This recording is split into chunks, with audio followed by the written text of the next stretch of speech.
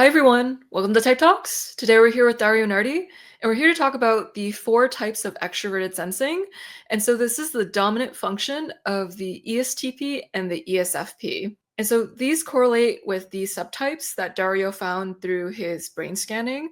And if you are new to that, I have a video in the description box below outlining what that is.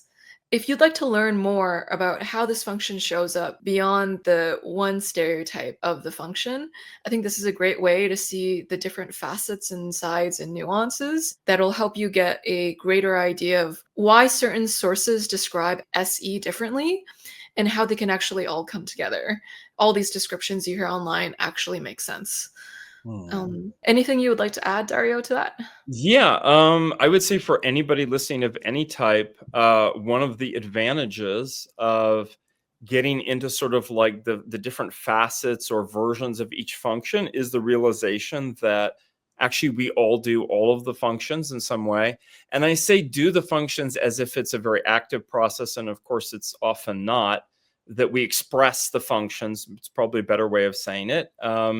And many times we might think, oh, well, I don't do that function because, and we're reading this little description of it, because that is like an advanced or active version or whatever of the function that that person is not doing, but you're still doing some other versions. So as you're listening, you might think, well, like, I'm not an SP type. I'm not using extroverted sensing. And I'm like, yes, you are. The question is, which of these 4 ways are you probably using it? And that's true for everyone of every type. Yeah, we all use all 8 functions. It's just about what you prefer. And we can all develop skill in these areas depending on the kind of environment we grew up in as well, Mhm. too. All Yeah. right. And so before we actually go into the descriptions, Dario and I would like to talk about this retreat that we're holding called Young for Life. And so it's going to take place both in New York City and in Chicago in October and November of this year. And so, if you want to experience Jung's teachings beyond personality type and get a more holistic feel of all of the pieces of wisdom that you have to gain from his work, I would highly recommend joining this workshop. You'll have a chance to learn about things that Carl Jung talks a lot about, such as yoga, and dive into some shamanistic active imagination practices. You'll have deep conversations with Dario and I over lunch that Dario will pay for. So feel free to join us. Can't wait to see you in person. Dario, do you have anything else to add to that? Yeah. So Jung came out with psychological types in the early 1920s, 1921, something like that. And type was only one chapter in that book. Um, and then he did a whole bunch of other stuff for the rest of his life and before that. So he spent a long time formulating a lot of ideas and practices. He was a psychiatrist. He saw clients. He was very concerned with, like, how do we actually help people? He saw each of the types as a form of one-sidedness that actually could be quite problematic. And so he developed this active imagination technique to help people work through their one-sidedness, to engage in what we call today type development. He also talked a lot about yoga. People are like, what? Yoga? Yeah, he went to India. He gave talks on the chakras. At the time, he felt Western culture was not ready for yoga, and certainly not the way it was practiced traditionally. But of course, today, many people in the West are very familiar with yoga. I think 1 in 5 Americans do yoga at least once a month. Um, it's actually higher than the rate of like church going in the United States. But the version that they get of yoga is not the spiritual version or the traditional version or even the Jungian version. I'm also mixing in. So it's Kundalini, but we mix in some Qigong. Um, and then we're going to do active imagination. He was very interested in shamanism, shamanic practice around the world. And Joyce, know, because you attended the longer version of this workshop last year. We also do human connection, which Joyce, you've been doing separate from my teacher, and that's a really, really wonderful practice to work through a lot of the different layers of the personality, and becoming more aware of those and the things that are blocking the full expression of ourselves. And then group relations, which is technically it's Wilfred Bion, not Jung, but I think Jung would strongly approve of it. It's a really great way to do stuff, especially for people who are in managerial or leadership positions, or you're just part of groups or teams and you're like, I want a better handle on this. And of course, all along, we're going to be also doing Q&A around type. And then the last, like Sunday morning, will be very type oriented. So I really am a strong believer in practices, simple, powerful practices that carry us through type instead of just blah, blah, blah, blah, blah about type theory, because theory is in the head. And Jung was much more an advocate that if you want the tree to grow, that the seed needs to be planted in the ground. So we need to have grounding practices to do that. While also opening up the unconscious, the sixth chakra, as he talked about it, at the same time. So I ran many of these for many years, these practices at UCLA, and I'm just very excited to be bringing them to more people again. Yeah. Yeah, and so if you're interested, feel free to check out the links down below. Mm-hmm. And so the 4 types of SE, Mm, we can start with the mover, and this is correlated with the dominant subtype. And so there's this quality of forcefulness, I guess, is associated with it. And mhm. it can make ESTPs or ESFPs look a little bit more ENTJ-like because of the level of force. It can look like extroverted thinking. Yes, yeah. And this is not just my work. It comes from different directions. Um, I mean, right early on, I had some interns and we're looking at the brain imaging data and noticed that we could sort people of the same type pretty clearly into two different groups in terms of their results. And one is, I mean, the more neuroscience-y term would be analytic, is what they refer to, like the left hemisphere. But the folks in the Paris Type Association convinced me that yin and yang were like really good terms, or yin and yang, to help describe these. And so this is a very yang dominant version, whereas Dr. Helen Fisher would say like it's a very testosterone driven version of SE. So it's very physically active. They're about movement and moving others. It has a more aggressive, assertive style to it. They're very much into just tackling problems directly.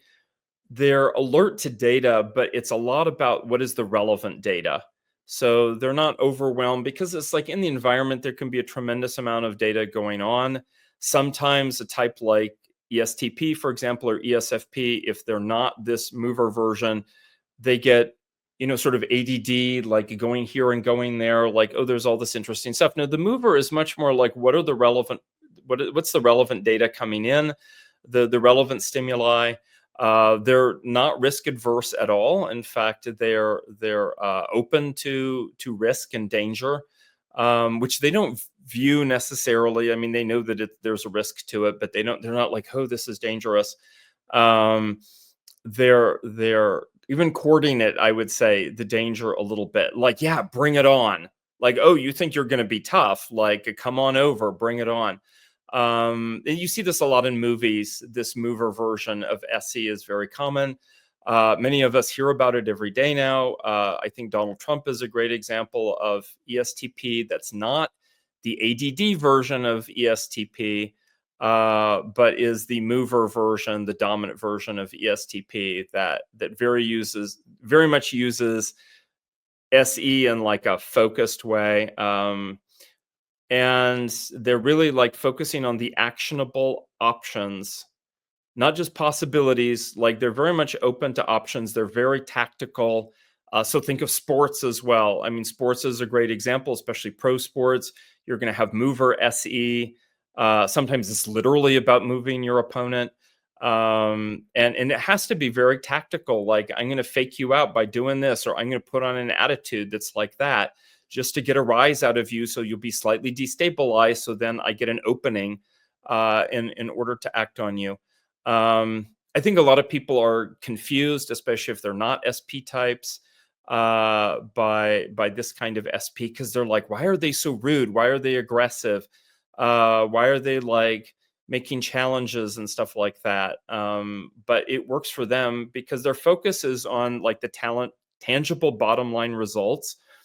and they want to get those quickly, and they know what they want to get. Like, they're very clear on that. And so what are the options in order to make that happen? And let's just do it. They can be impulsive, but again, that impulsiveness is directed. It's like the testosterone, and I would say this, it's, when we think of testosterone, we think of males, but actually women have testosterone too, and some of them have more testosterone than others. And for women, like, even that small difference can make a difference.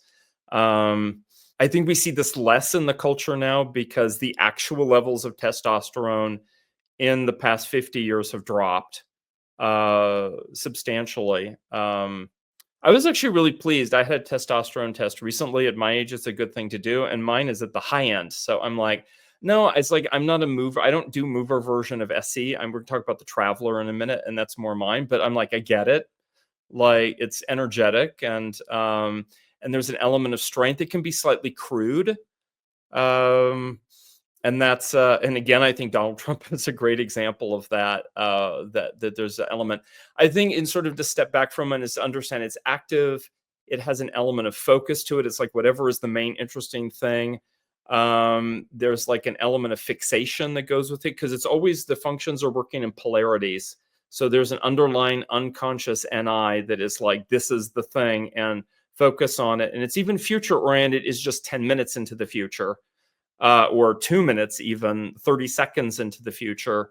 And it's more outward directed than even other forms of SE. Sometimes people talk about how the functions, whether they're E or I, can be expressed in a more extroverted way, where the person is more open and vulnerable. Like, I can do NI in front of other people, with other people. Like, I have no problem with that. Some people, NI is like very, very internal.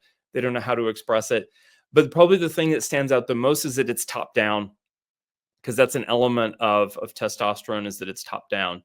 So this is a more like mover version of SE, and it's important to remember that one is, it can appear in the person to be a little bit more in charge or judging, especially if they're in leadership positions, but it's not actually judgment.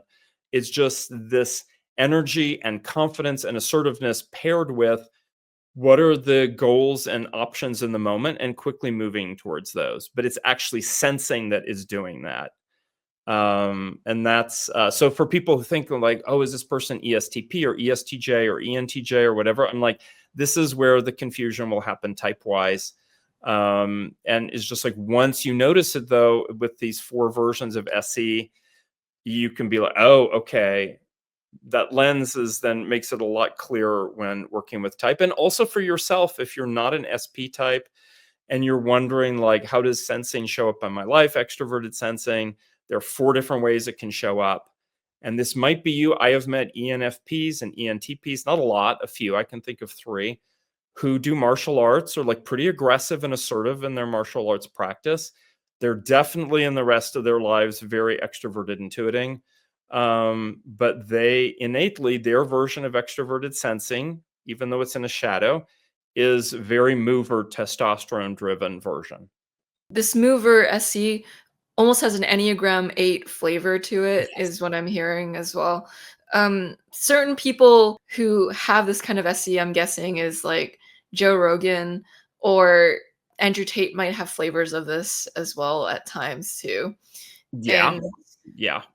yeah, For any male that radiates this, or I think women too, that radiate this certain like masculine, assertive, confident energy, and it can be calm at the same time. When it gets balanced out in life as they get older, like when they're young, it's going to be more crude, and they're probably going to get into trouble, like a fight or something like that. They gain a reputation, but as they get older, it can be more calm, because the other functions sort of balance it out a little bit. And it's interesting that testosterone, generally speaking, it doesn't make people like, so multiple studies have shown, especially recently, it actually doesn't make people violent. That's not what it's about.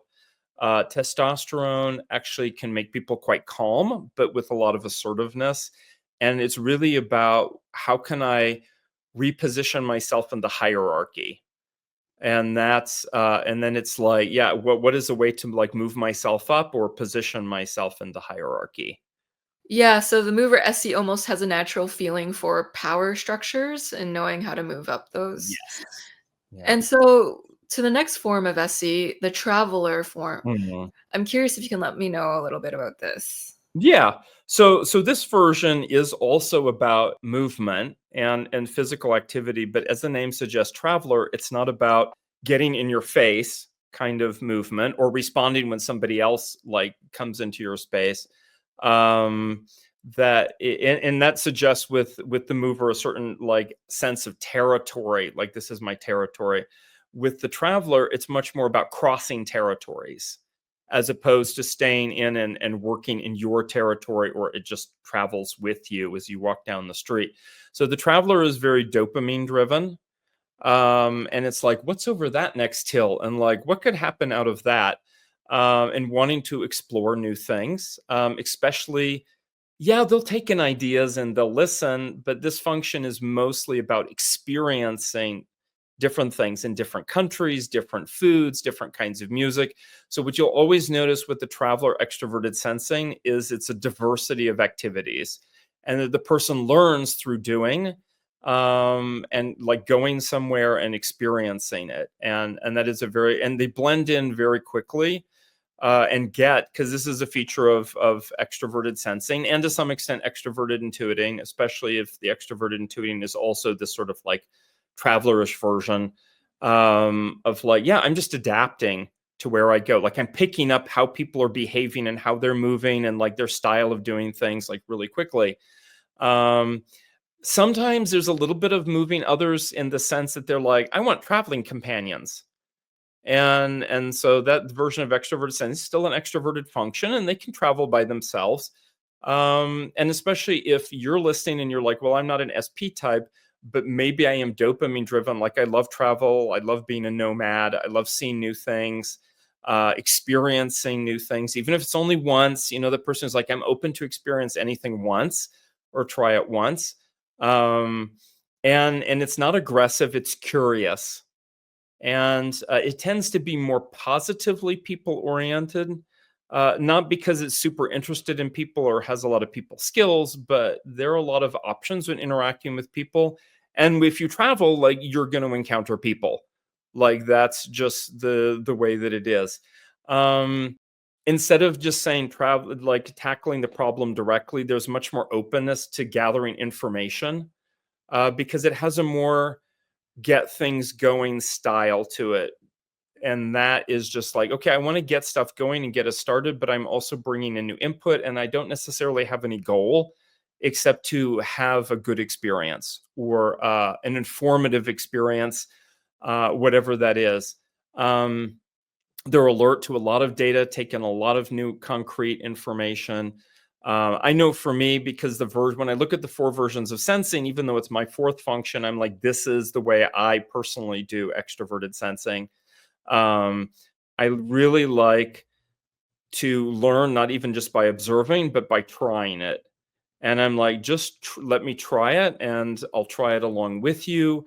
And feel free to give me correction, like as I'm doing it, but I need my body to experience it as I'm doing it. And then the moment I allow that, then my body is like, yeah, we know what to do with this. So I think a lot of times when people are trying to develop extroverted sensing, it's good to tune into which of the four versions matches you well, and then to follow that style.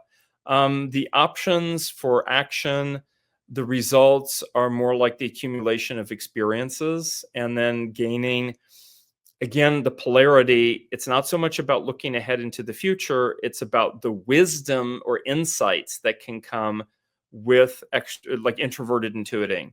So the opposite is that through all of these like traveling experiences, my story of life is going to be advanced. I don't know how it's going to be advanced, but I'm going to have these little insights as I go. Because I mean, introverted intuiting also has different facets to it. And looking ahead into the future and the drive of willpower into the future is only one version. And another facet, again, pairing it will be like getting insights and realizations. And that's when SE and NI can work together, what the traveler is going to give them. I think that there's this appreciation of novelty and difference. Like, oh, look how these people do this in this culture. like, oh, that's so cool. And I remember doing tea ceremony for the first time and just like really appreciating the slow beauty of the tea ceremony. I'm not one to ever like, I don't need to lead tea ceremony. I don't need to do it a lot, but riding along as somebody else does it, it feels like it's a journey. And I think for any version of person who has like the traveler SE is this feeling of like, what is the journey? Like I said, with movies, many times you see in action movies, like Hired Killers or something like that. But they're heroes usually. So they're like, you know, tracking the bad guys, that kind of thing. That's the mover SE.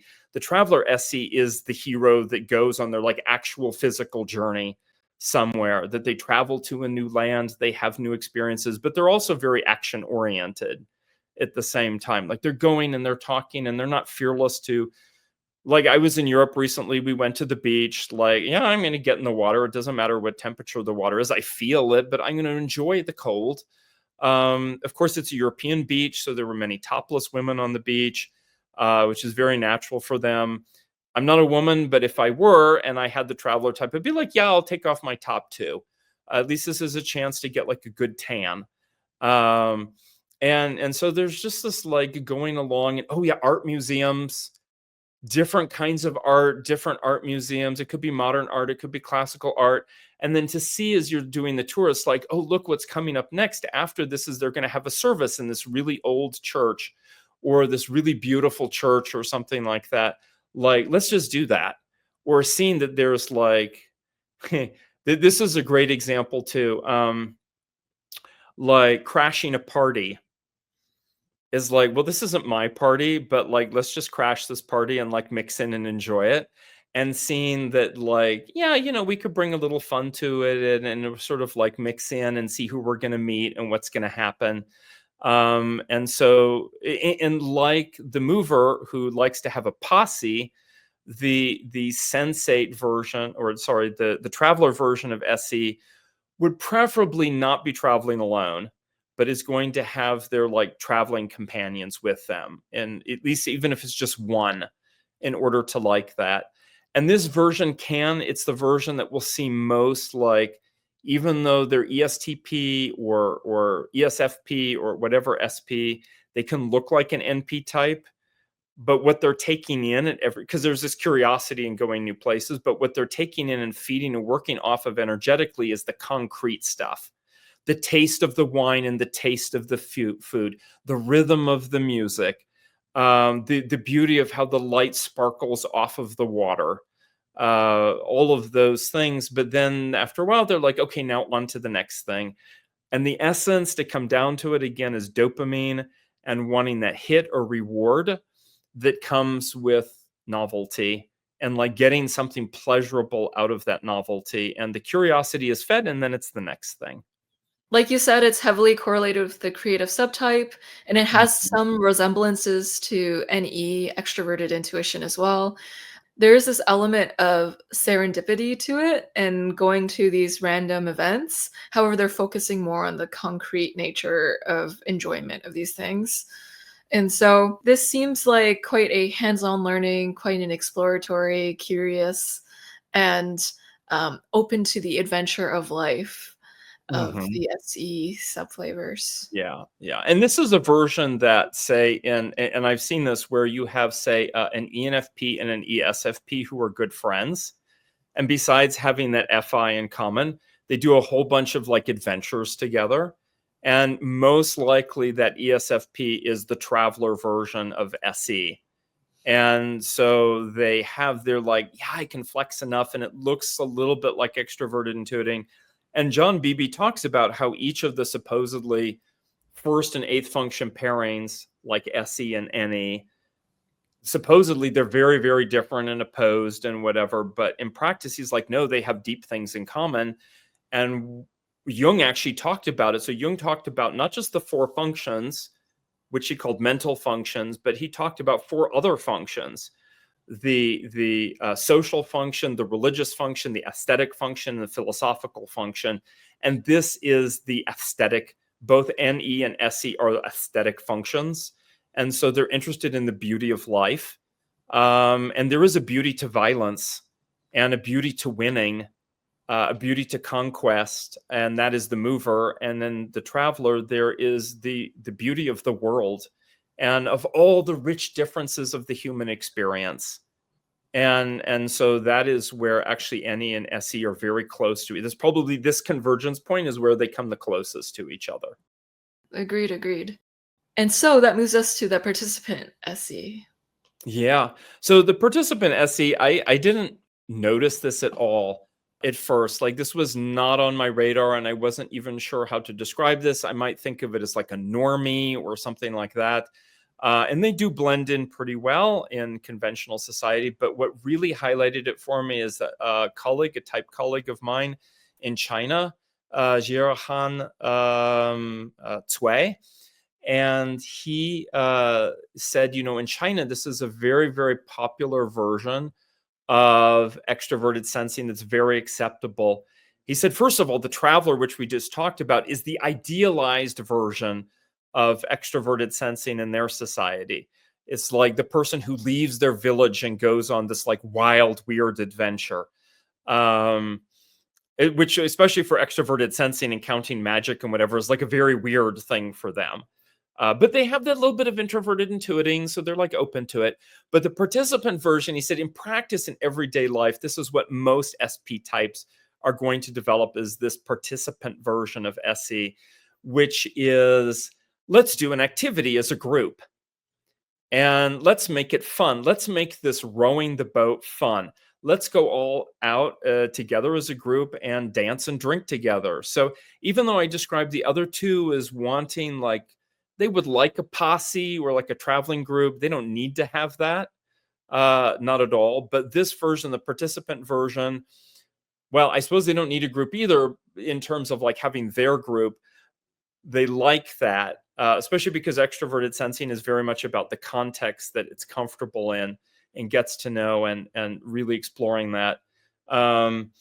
That they're like, oh, there's this group of people, let me step in. And if the group of people is not doing an activity or action stuff, they're going to raise the energy level and literally be in a workshop like, can we just all stand up and like maybe go outside and do this activity?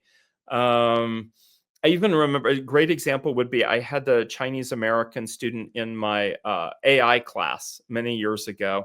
It was like a general honors class at UCLA, and the topic is AI, and before AI was like everywhere.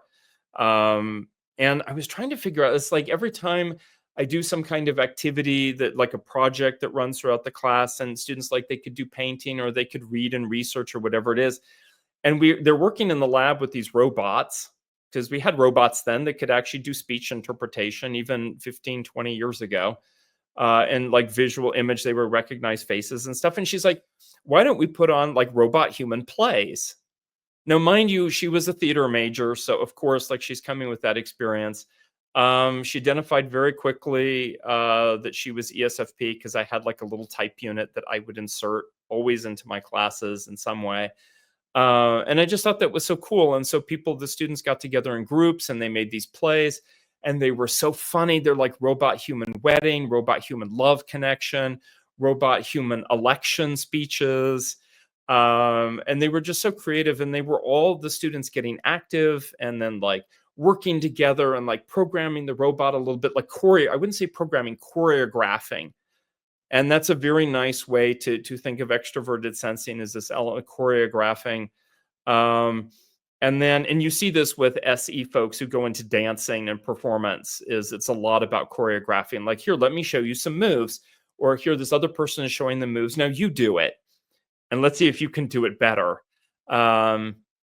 And so this group participant just wants to raise the energy level, make it an activity. So the worst thing in the world is for them to be like, yeah, I'm with the group, but I'm sitting.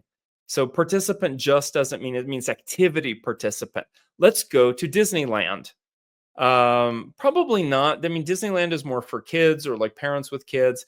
Magic Mountain is a great example in the United States, where there's like roller coasters, and they're just doing like activities all day long, which their non-SE friends are going to be exhausted halfway through. There's like another roller coaster and like zip lining and also like, let's do hiking, but like, let's stop at this and let's go swimming at the waterfall and all of these things. Then they want to do this as a group, and the energy of the group.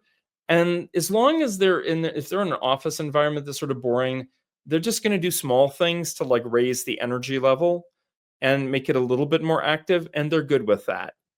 And that's a wonderful thing because they're more normalizing, and they are accepting that, like, yeah, I'm part of a group. But believe it or not, SC is not just the lone wolf hero or with the posse, that there is this version that like fits into society, like a million people in the city or 10 million people, like, let's just, and they often have a network of people that they do this kind of activity with these people and that kind of activity with these people. And then you find out, wow, this person does a lot more activities and a lot more diverse than I had in my mind of what this like extroverted sensing type is about. The thing that keeps it in common is that they're busy doing activities and that they're actively raising the energy level. And again, it can look a little bit like NE at times. But it's that physical, like they want to do the physical stuff, and they absolutely don't mind like getting absolutely drunk with their friends and then singing ridiculous karaoke and all of that, because it's like that is, yeah, there's an audience. And I do think that some performers, uh like we think of like music and so on, who get on stage, like they're probably the participant version because they develop their SE types who develop a really good resonance with the audience, and that resonance makes it really fun. Um, and it's this again is another version of SE, and I think that even people in the West, in America, like experience this more than they might think from SE types. Because SE types still have, like many of them, they have to go to work and they have to lead this 9 to 5 job life and whatever. So, but they're going to like, how can I raise the energy and make it fun with different activities, knowing that I still need to fit in? Makes sense. It's interesting to hear about the idealized version of SE, so like the traveler versus how it usually shows up, which is the normalizing variation. Yeah. I find with SPs that have to live a normal lifestyle, they tend to go into any situation and be able to make it fun, like what you're Yes. mentioning. Yes. So it's like, oh, go to a new restaurant or go to a new location or this place, even if we might have visited it before, and I'll still find a way to jazz it up and make it enjoyable for Yes. everyone. So, Yes, yeah, and the difference between them and the traveler is they tend to be in the same place. Like they're going to circulate a bit, but always within the same city or within the same neighborhood or territory. And that's very different from the traveler, which is very explicitly, I'm going to a brand new culture, geography, environment, whatever it is, which is outside of their territory. Because their territory, the traveler, the territory is the world. The mover, the territory is wherever they go. It's like an mhm. aura that surrounds them. This is my space, um, or my company, or like whatever it is. And then for the participant, it's like my city, my neighborhood, and really like circulating within that and like bringing that fun and that improvisation within that space, like every day. Yeah, and the participant is grounded in the hormone usually of serotonin, I believe. Yes. Yes. Yes. All right, and to move on to the next kind of SE, what would you have to say about sensate SE? And if the other types of SE have their certain domain in which they SE in, Mhm. what would the sensate domain be? Mm. So the sensate's domain is a lot. What is coming in, their domain is what is coming in through their senses and from their body. And it's the one that is like takes that space and like brings it as close to home as possible, which is literally their own body. And I think this is where some confusion can come in with SI, because they're a little bit the most, quote, passive version, but not really. When they're in their element, that's not the case. So they have much more an approach of like absorbing the sensory experiences and enjoying life's pleasures. And I want to contrast this with the word comfort. So it might seem like, oh yeah, it's like, what can we do to enjoy life's pleasures? Well, in a like not a busy way that's like stressful, but let's go to the beach. Let's lay out like our beach thing. Let's bring that like the cooler and the picnic basket. Let's set up the shade, go swimming. put on the lotion, enjoy the contrast of the heat and the sun, and then going down into the water and the cooling off. And there's really just enjoying of the sensory experience that they're in, especially within the body itself. Of course, in the cooler, let's bring some beers or some wine, and it's just like really enjoying that rich sensory data. And they will definitely go beyond what someone with introverted sensing would like. So introverted sensing, as opposed to extroverted sensing, is interested in comfort and familiarity. And this is, even though this sensate version will go probably, just as a practical matter, to familiar places like going to the beach, and it looks like they're making themselves comfortable, like making a nest or whatever it is, but it's really about pleasure. And so this type can also be very sensual. They can be graceful, and even if it's impromptu, and you see that in the body, there's a gracefulness. They're the kind that's more drawn to art and creating art and artwork, and like being able to really like watch the sky and notice all of the variations that are within the sky, like color and texture wise, and then come back and paint that, whether that's literally like a duplicate, so that's like realism, or it could be romanticism or whatever they're drawn to. I think Van Gogh is a great example, probably ISFP. Um, but there is this appreciation for the grace and beauty of the natural world and getting in sync with that. Really appreciating beauty. Probably the one that in a romantic situation, their partner is going to be like, wow, because everything, their attention, their domain is focused on the body and like what's immediately there, which is going to be their partner in a romantic situation. Um, they also they like activities, but they want them to be more relaxing activities. They do like the one-on-one kind of stuff more than the group. So taking one, either go by themselves, or because they can enjoy a lot just like immediately the beauty of nature and their own body experience. But if they bring along a partner that brings out the oxytocin, like, which is the touch hormone that's actually produced when people touch each other, so they prefer more this relaxing style. They're more attentive to what's going on with that one person in front of them. And yeah, they might go up and like sing some karaoke and whatever, but that's not what's important to them. What they're really getting like that rise off of is the person that they brought with them, or like the actual joy of singing as an activity, even if it's a song that they've never sung before. Um, they're very attentive, like the other SE types, to motion. And this is a nice differentiator with NE, because NE, you ask them to lie down on a towel and enjoy the experience of the sand and the sun and all of that. And after 1 minute, they're like, I will go crazy. I will go insane just lying here. Um, when it's extroverted, intuiting, or it's like the mover version of SC, which is the opposite of the sensate. The mover is like, yeah, let's play frisbee and let's like build sand castles and that kind of thing. Let's throw sand at each other if they're kids, or like immature adults who are just having fun. But its ability to like notice motion, and whether it's the motion of the birds or the motion of people or the waves, and then getting in sync with that and experiencing, enjoying that feeling of being in sync. I think improvisational contact dance is a great example. It's very improvised, it's very physical, and you need to stay in sync with your partner, like physically touching them in some way through the entire thing. And so there is this element, usually of the 4 versions of SC, it's the one that's most drawn to be creative and creative expression.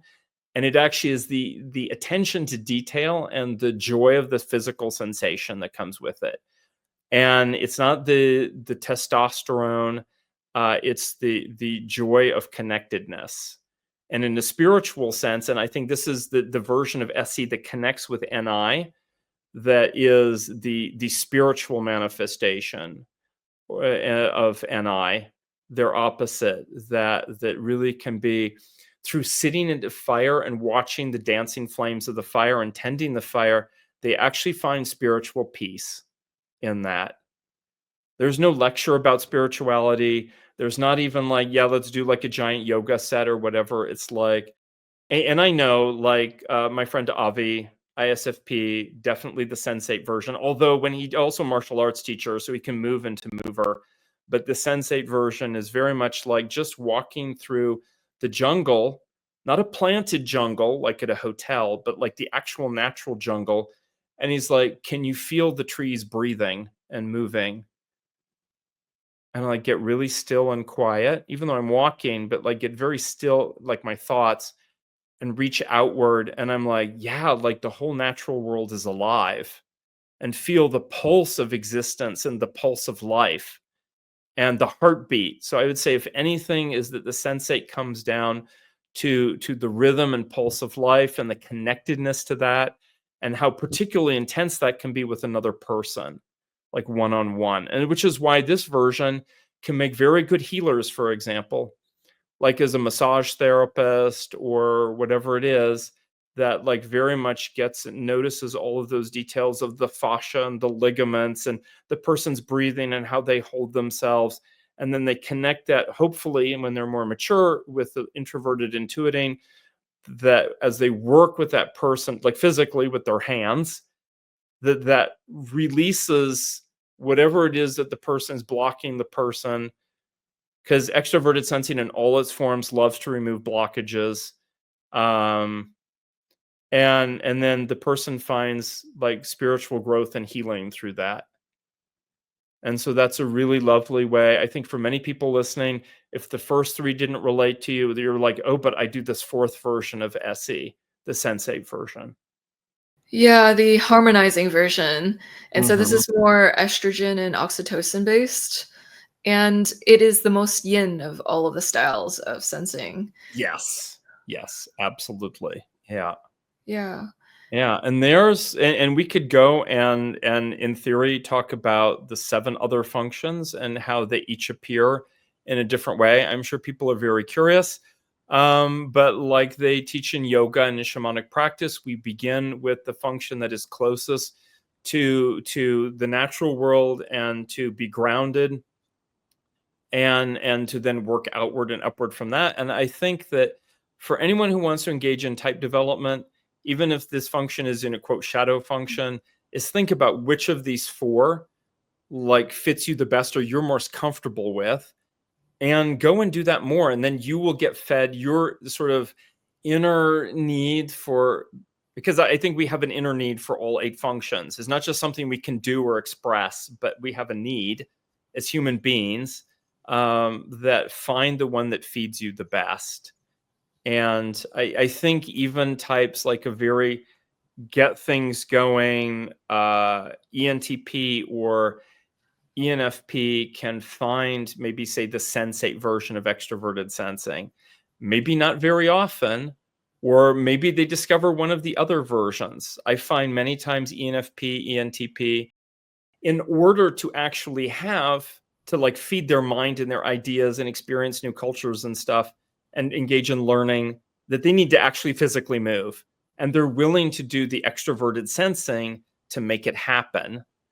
And I think for those who like the NJ types, like INFJ and INTJ, really think about which of these four fits you best. Because you might think like, oh, I don't do any extroverted sensing, or it's so hard for me. And I'm like, are you setting yourself the standard where you need to do the mover, like in charge, super young testosterone version of SE? No. Like, I know my version of SE is the traveler. And as long as I feed my introverted intuiting with this, like all these different experiences and different cultures, and it's like physically going somewhere, that has a huge impact. It's not the same as looking at it on YouTube or like Google Images or something, or reading a novel, watching a movie. If I go there, it's a different experience, and it like connects in a more like, yeah, my inner SE is like satisfied with that. And then my opposite would be, because this is always useful, think about like what matches you well, and they're sort of arranged in a matrix just like the subtypes. And then my opposite is probably the participant. Nothing sounds worse than a person who'd be like, oh yeah, come onto the dance floor and like dance with everyone. And I have good rhythm, but I don't know dance steps to save my life. And I'm not really a group oriented person. So it's a little bit difficult to do that. And it's like I have an ESFP colleague back in Norway, and she was after work. The thing she looked forward to every week was to go out dancing at her dance class. And I'm like, I cannot. And she invited me several times, and I'm like, I cannot do 2 or 3 hours of dancing after doing work all day. Like, I understand how you're re-energized, but that isn't going to work for me. But if we could go for a hike, especially during the summer in Norway, where there's like 19 hours of sunlight, I will do a hike. I will go to the river. I will do the extroverted sensing stuff. It needs to be more low key and more yin version of SE. And just in general, if people are struggling with the function and bringing it into their lives, I'm like, start with one of those yin versions of the function, which for extroverted sensing is the traveler or the sensate. And then move over, take that martial arts class, or like do that like more participant version. Probably the mover version is the most difficult, just because society actively punishes people for doing it too much. And I mean that even as kids, like kids want to do mover SE, and the teacher is literally like, sit down and shut up in your seat and follow along. Even American society might idealize them in movies, but is very much against the mover version of SE. And the sort of the cultural caretakers who tend to be like INFP, INTP, like the philosophers of society are like, this SE is like way too violent for me. And it's just to understand it's about movement and expression and territory. And there's like a physicality to the function that needs to be expressed in some way. And that's what it comes down to. It's a physicality that needs to be expressed in some way. Exactly. You got to move it, move it. So Yeah, that's right. thank you so much, Dario, for illustrating the dimensionality of extroverted sensing. And you can see how the function itself can look like many other things, but ultimately you can see the core of it, the SE core of it. So I Mhm. appreciate that. And so thank you for seeing the through line of this function. Yeah. And if you guys enjoyed today's talk, feel free to check out our retreat, Young for Life, details down below. And so, yeah, thank you so much. We'll see you Cool. Thank all in you. our next episode.